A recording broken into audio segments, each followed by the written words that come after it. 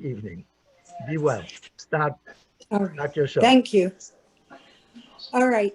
The book that I'm going to talk about is called Saving Israel by Boaz Dvir. And I want to begin with an anecdote. A couple of weeks ago, I was telling a friend in Jerusalem about the story in the book that I was going to review. And she said, you know, without them, we probably wouldn't be here now.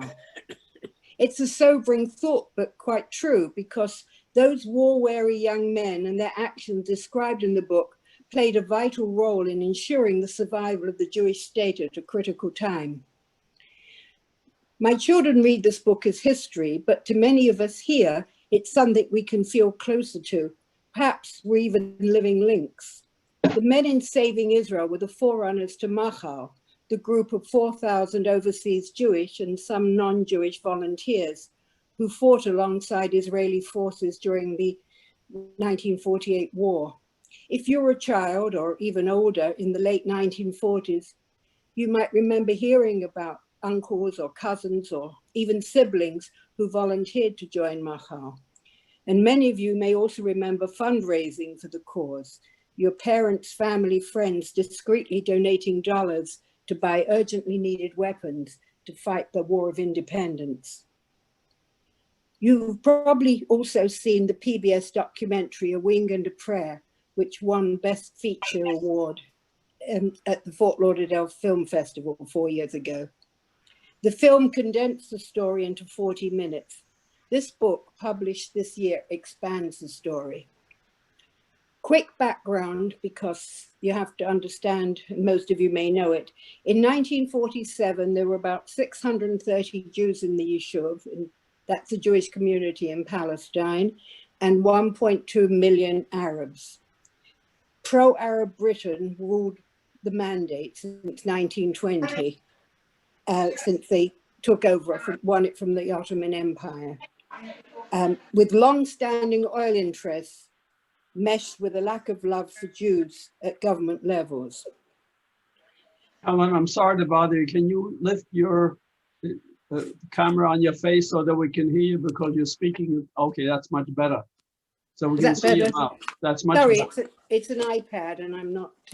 no, just lift your face so we can see your mouth. This way we can get clarity. Oh, okay. Can you not hear me? Am I talking too quickly? No, it's much better now. Thank you. All right. Thank you. All right. So we've got the background. You're going down. Okay. Those were the years of conflict, which was summed up in a February 1947 House of Commons in Britain. A speech says, you cannot reconcile the conflict of principles. For the Jews, the essential point of principle is the creation of a sovereign Jewish state. For the Arabs, the essential point of principle is to resist to the last establishment of Jewish sovereignty in any part of Palestine. In the United States, the Holocaust refugees were a focal point, with the government being pressured to take in more than they wanted. Okay, after the United Nations partition plan in November 1947, which the Jews accepted and the Arabs rejected, Arab armies, Egypt, Syria, Transjordan, Lebanon, Saudi Arabia, and Iraq all attacked Jews, and they faced the possible annihilation.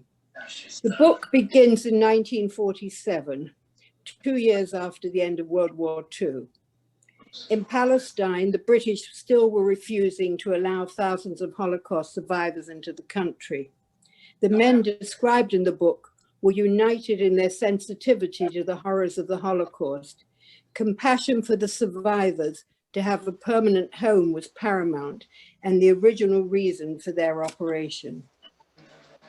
The author, Boaz Dvir, was able to interview many of the men involved and hear their stories firsthand, including some minute details, including literally what they ate for dinner, and not always the food we'd care for.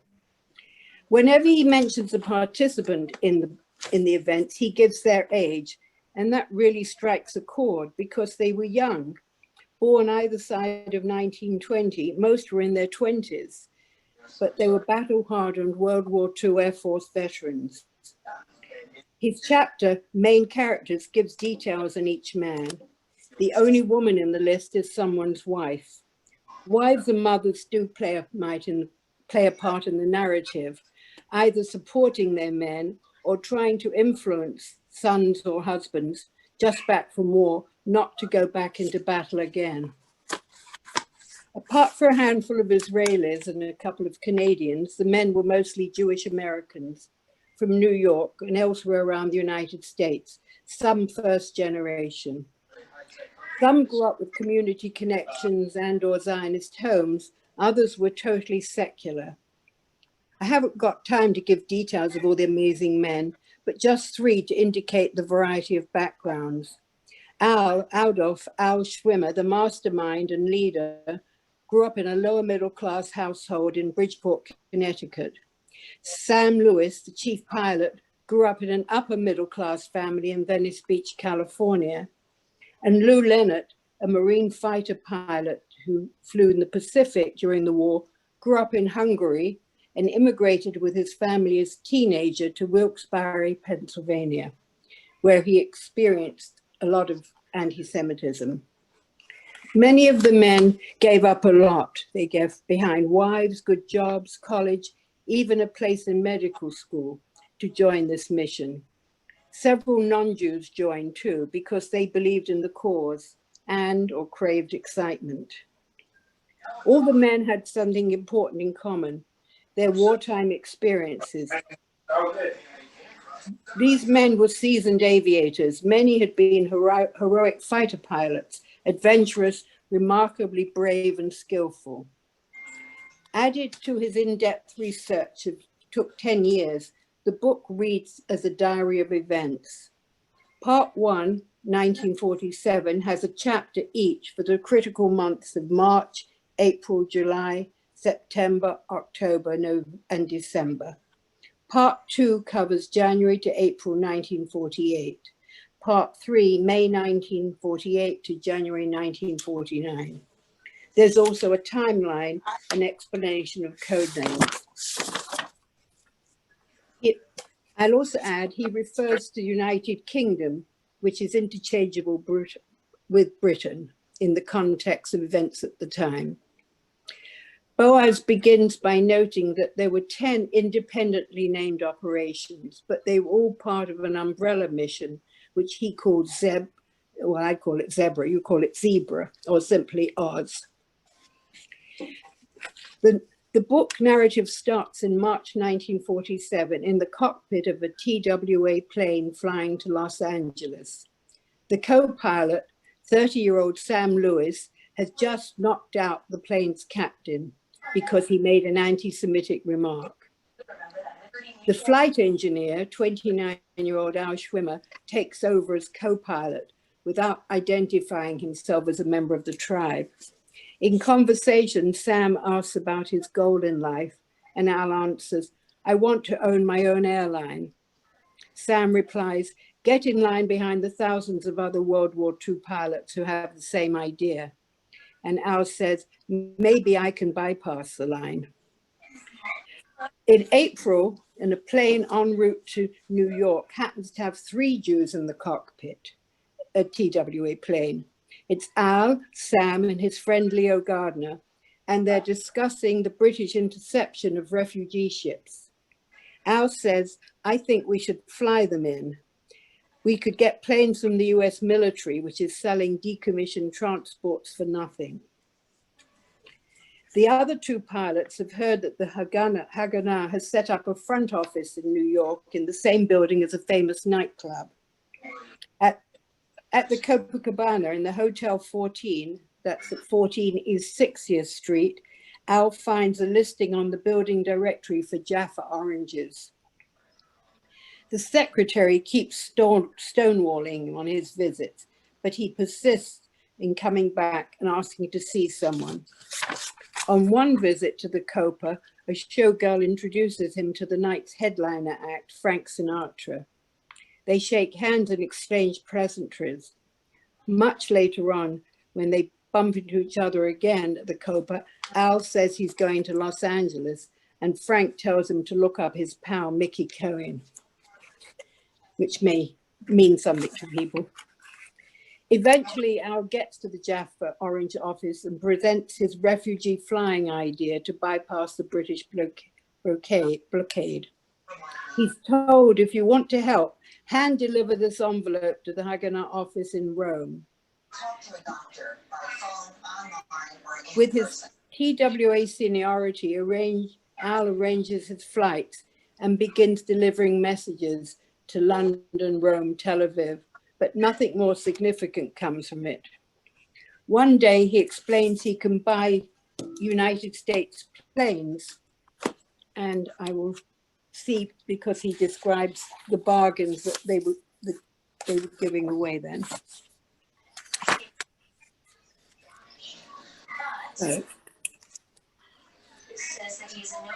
Okay, he believes he can pick up a couple of Curtis C commandos for only $5,000, which was equal to $57,000 in 2019. And then another 20,000, which is a lot more for repair. So then there are other planes that he can buy. Oh, sorry.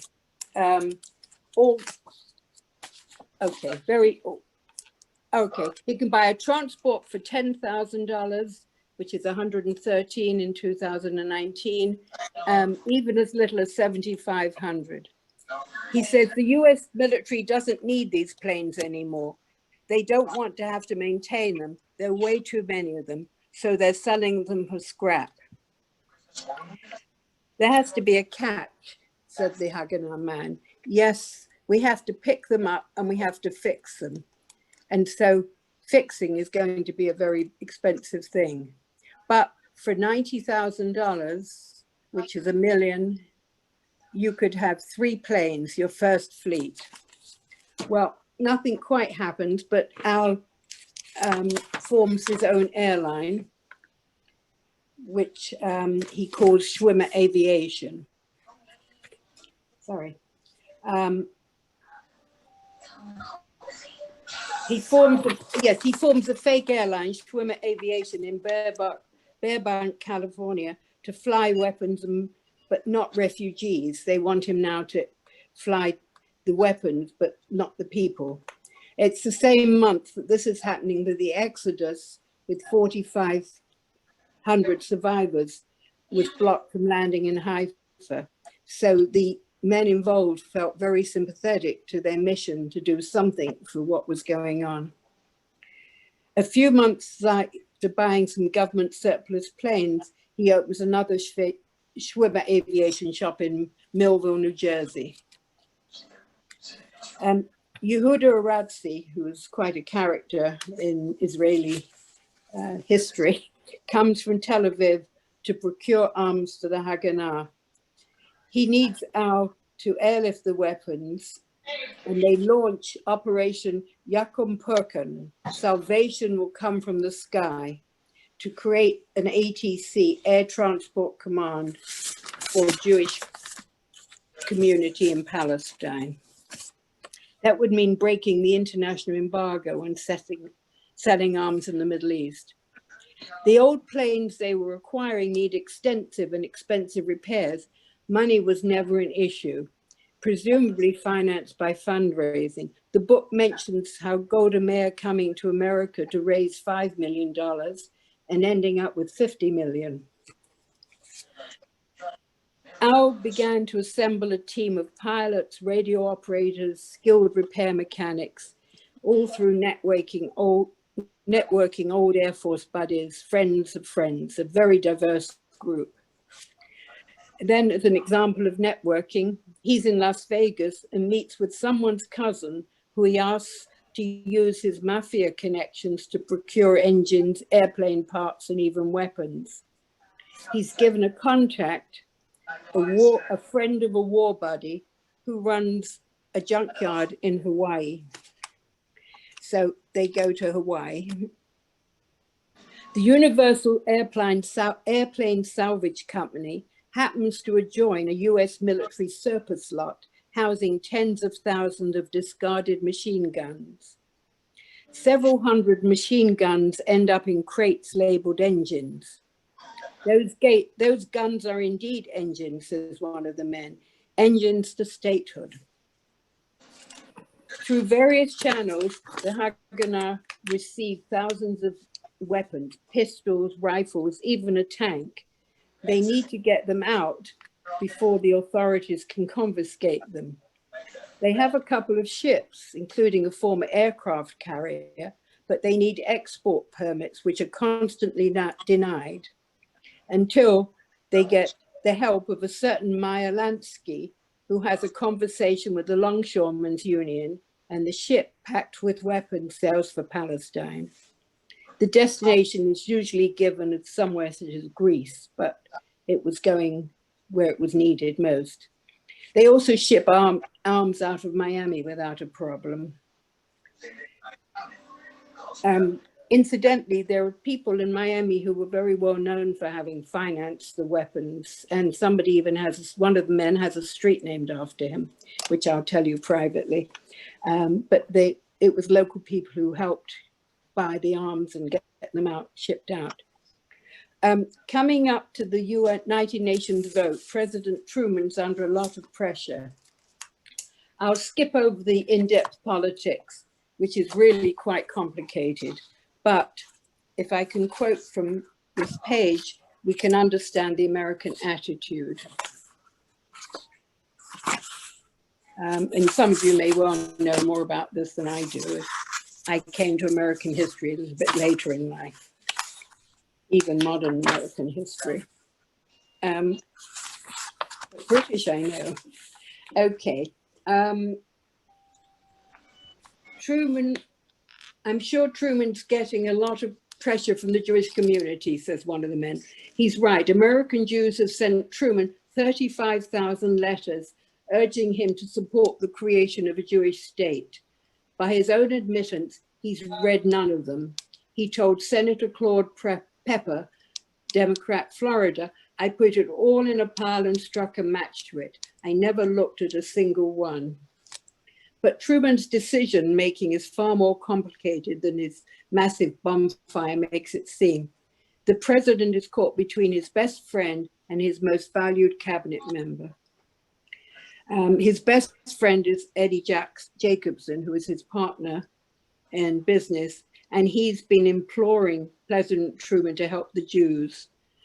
They did their military training together, and he stops at the White House to catch up with his buddy.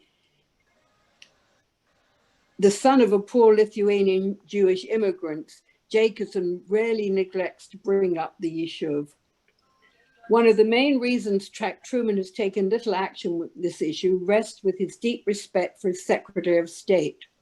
Although not as passionate about it as Jacobson, Marshall has been just as determined to influence the president.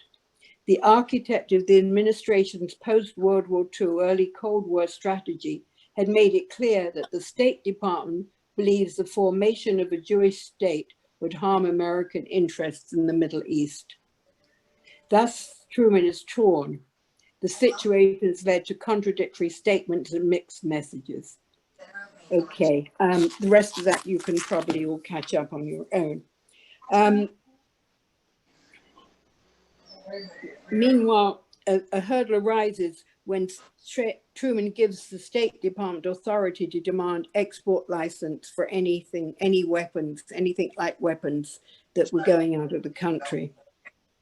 Throughout the book, the FBI is personified by an agent named Pat Patachik, who spent years tracking and investigating the arms shipping operation. He helped the FBI shut down Schwimmer Aviation and finally exposed the operation along the way. Okay, the 1947 November, the UN vote on partition, and the US government puts an arms embargo on the Middle East. There's another problem because they're delaying planes that Schwimmer and his crew have already bought. The British plan to leave Palestine on May 14th. The Arabs say they will invade on May the 15th. It's critical for the men to get more pilots and planes and also buy whatever weapons they can as soon as. The Hawaiian machine guns have been loaded on a boat that sailed to Mexico. There, the gun smuggling was exposed and the weapons impounded. Mexico figures in the story later on when it sells other weapons to the group and possibly fighter planes from the same source. In January 1948, there's a secret arms deal with Czechoslovakia for $11 million. Rifles, machine guns, bayonets, pistols, and Messerschmitt fighter planes, which the Czechs built for the Nazis. The Czechoslovakia also is giving them an air base. The deal signed supposedly as the weapons going to Ethiopia. And this is just a lovely example of the chutzpah that they had. And I may read you this little bit. This is the nice part about history when it's so human. I think people are human, not doing things they shouldn't. Okay, the Czechs arms deal is official. The agreement has been signed by both sides. How did it get done so fast? Ethiopia. Explain the weapons are supposedly going to this northeastern African country, which has just won its independence from Italy. The Haganah had purchased from a Russian prince embossed Ethiopian stationery signed by one of its government officials. Do the Ethiopians know that, he said? The man shakes his head. He's more good news. The American Jewish community just gave us $50 million to buy more weapons. Okay. The Czech arms are paid for, ready to be delivered to Palestine, but they're needed more than ever. The Arab invasion has already begun. Okay, so there's a lot of fighting starting, and they're trying to get the weapons out. In fact, the problem with Czechoslovakia that it's landlocked, so the only way to get anything out is to fly them out. In March, they launched Operation Balak to airlift the Czech arms out. Al and the men heard that Panama was building an international airport, but it didn't have its own national airline. So, using good old-fashioned geography of connections, one of the men says the wife of one of his World War II buddies roomed in college with the girlfriend of the nephew of the president of Panama, which was the connection that they used to connect with the people they needed to. And Al and another man fly down with a proposal for a national airline. They set it all up very officially that with a lot of documentation, illustration, that they're going to form the national airline of Panama. They get things rolling, and they can transfer the 13 planes they already have to LAPSA, which is Líneas Aéreas de Panama. In May 1948, the planes leave Panama to Czechoslovakia, and that's an interesting incident too, because the Panamanians didn't have a clue that this was anything other than a genuine airline, and they kept asking when the planes were flying and taking off. They kept asking when they were going to have passengers, and they kept stalling on it. And then finally, where did they go? Finally, they say they're going on a final trial thing, and they take off from Panama, never to return, leaving the Panamanians a little disappointed, but it was a national airline. In Czechoslovakia, and they fly to Czechoslovakia, which is the staging point. They do the repairs. Two things. One is the planes didn't have the capacity to fly directly. They also flew from Panama via Brazil, I think a very circuitous route, but I won't go into details on that. Al buys 4 B-15 bombers in the United States, but one of them's grounded in Tulsa, Oklahoma, and they get the other 3 out from Miami to Czechoslovakia, where they're repaired and prepared for action. On the way to Israel, they bombed Cairo, Gaza, and El Arish. Later, they get some Spitfire fighter planes from Czechoslovakia. So they have all these World War II Messerschmitts, the Czech ones, which weren't as good as the German ones by all account, but they made them work, and the Spitfires and B-17 bombers. In Israel, the fighting has started with Egyptians and Syrians controlling the skies. Pilot Lou Lenart leads the first Israeli air attack and stops an Egyptian advance on Tel Aviv. There are air battles with Arab forces, and by August, the men are seeing success on three fronts. They're flying with the Israeli, what was then the Israeli Air Force, or beginning of the Air Force. They seeing success in airlifting weapons, attacking the enemy, and gaining control of the sky. The fighting continued until the war ends with the armistice in March 1949. I haven't gone into detail with all the work with the planes. There's a lot of the book it describes in a diary form of the different buying the planes, flying them, who the people were, the different hazards that they had. They did lose some people on the way with some crashes. A lot of the book is taken up with interesting but technical details, which I haven't gone into. But also, I haven't really touched on the tactics in Palestine, which was then, it was Israel by then, because 1948 was independence. The Egyptians were marching towards Tel Aviv, and the Israeli pilots were very clever in actually stalling them going. They made it seem as if there was more power than they actually had, and Egyptians were scared off and turned around and never quite got to Tel Aviv. But Tel Aviv was bombed, and I think 40 people were actually killed in the War of Independence in Tel Aviv. And they had quite a lot of bombing raids from the Egyptians.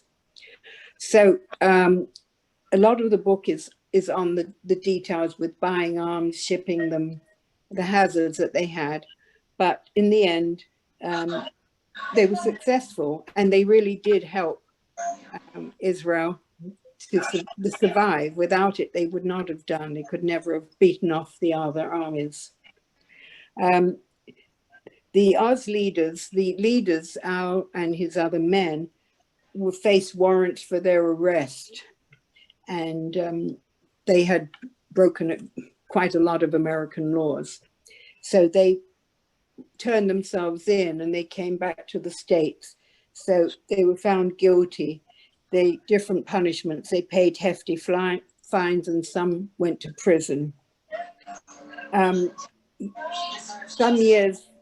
Some while later, Al Schwimmer's back with the aviation business, and he's visited by has two visitors, David Ben-Gurion and a 27-year-old Shimon Peres. And they invite him to move his whole aviation operation to Israel, turn it into a government-owned enterprise with a large budget, and serve the country. He accepts on the spot, and the rest of that is in the book. He stays in Israel for the rest of his life, and in 2001, he received a pardon from President Bill Clinton. Al Schwimmer died on his 94th birthday. Little known, but the man who played a crucial role in creation of the Jewish state. So I seem to have gone through quite quickly. I think maybe if we have any questions, is that going to work? Yeah, it should. If anybody does, just unmute yourself and ask a question. Comments are accepted too, no? Sorry? You accept comments and questions, right? Comments and questions, yes. I mean, I can read you more from the book itself, but that's... Did these pilots ever get recognition by the government? By the Israelis, you mean? Yes. Did they ever get the recognition they deserved? They didn't. No, it was a well-kept secret. That's the I'm interesting talking about part. after the war was over. No, they didn't. Most of them went back to America and got on with their lives, and they didn't get any recognition officially, and nobody really knew about that. That's why Boaz wrote the book, because he said it was a little known story of what had been. We know that people shipped arms and weapons, but the work of these actual men was little known. And as far as I know, and he does go over what happened to each one of them, is most of them, they just went back, got on with their lives. But one or two might have stayed in Israel, but they never got any recognition, no, except Al Schwimmer, who formed Israel Aircraft, and he, of course, was important. Helen, is that why Yes. they call it El Al? Oh. Okay, his real name was Adolf, so I guess Al was a lot better. Very good, very good. Al was, yeah. Okay. Any other questions? The book also has photos. The interesting thing is that he was able to interview these men.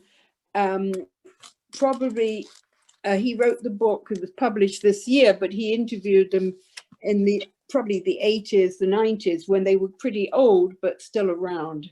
And some of them were in Florida too, retired to Florida. So he does have a lot of pictures of them. And they were all young, you know, these 23, 24-year-old pilots who'd been through a lot in the war. And now, there you are, different, and an awful lot about the planes. So, yes. Any other questions? Mel Schiff is trying to say something, but he didn't unmute his microphone. I see he's speaking, no one can hear. Someone tell him to unmute. Who's?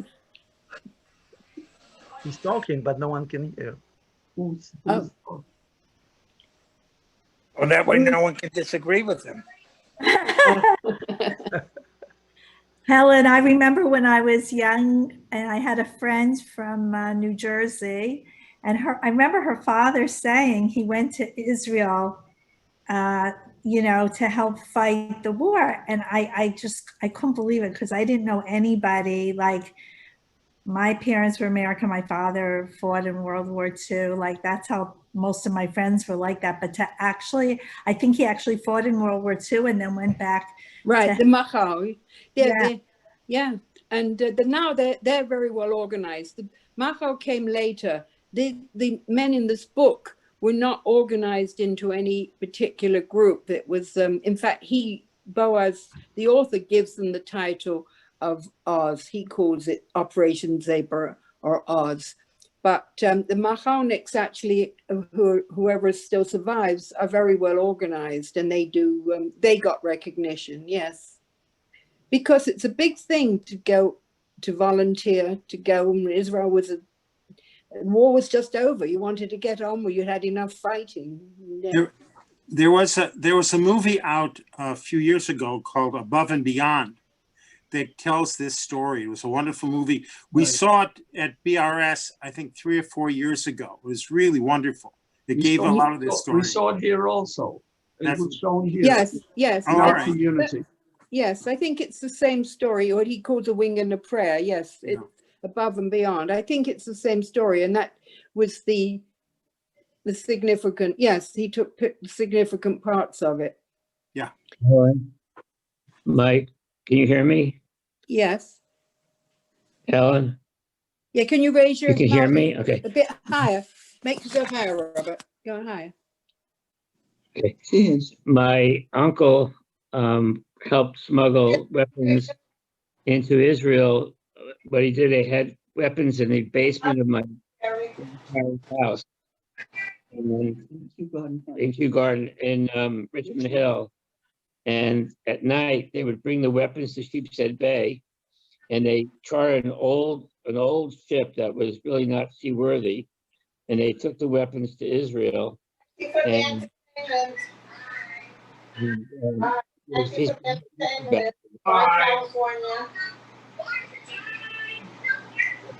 Sorry, Robert, yeah, that sounds like that was what was going on. Ordinary people were very involved. Yeah, and then That was your uncle. he had a ship, I can't remember the name of it. It's another than M, but the ship he used to smuggle people into Israel also. Oh, He was quite involved in that. They love the story about the weapons in the basement. Is a great story.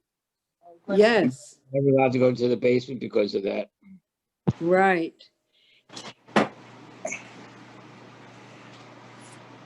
Anybody else have any relatives who were involved?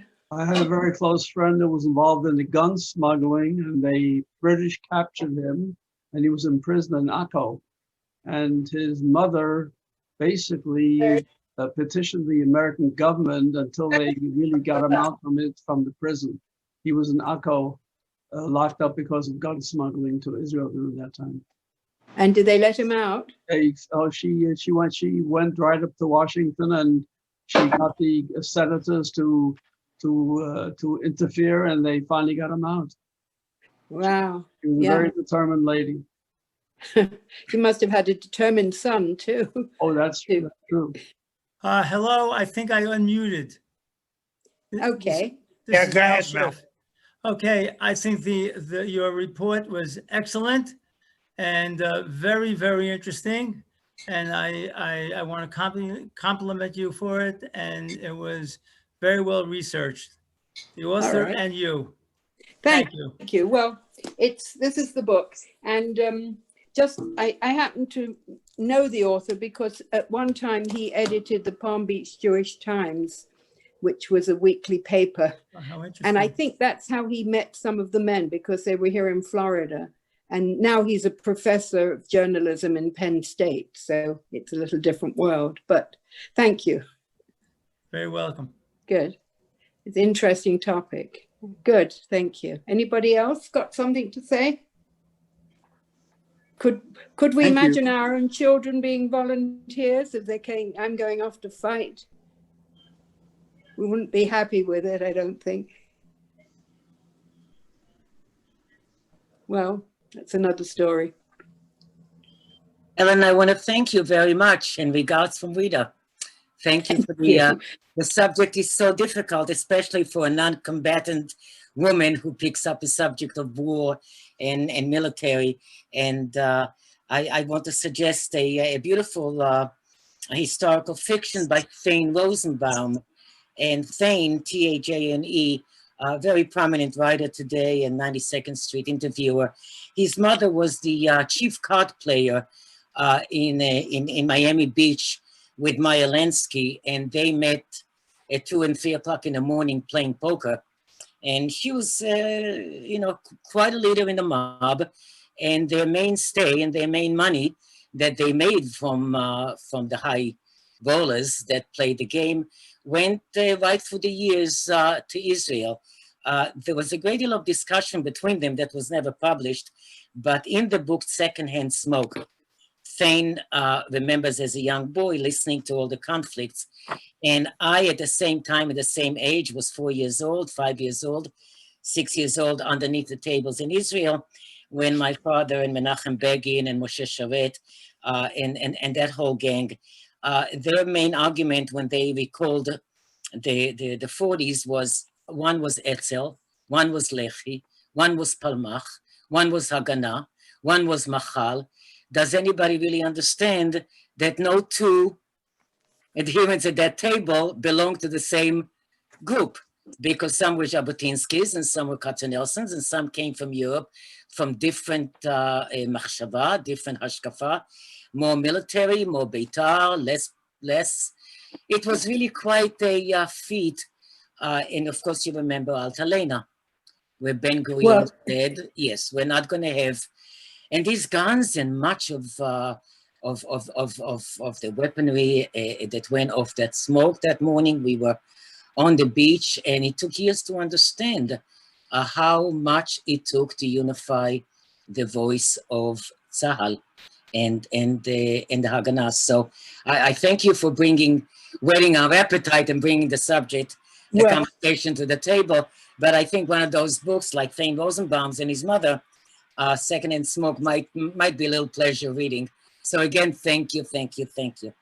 Yeah, let me thank you, Mira, because yes, the book does deal with Haganah and Lehi, and it gets into a lot of the issues which I didn't really feel were part of this. They're part of the story, and he does mention the Altalena in it, and because one of the pilots was actually asked to fly over and bomb it, and he didn't.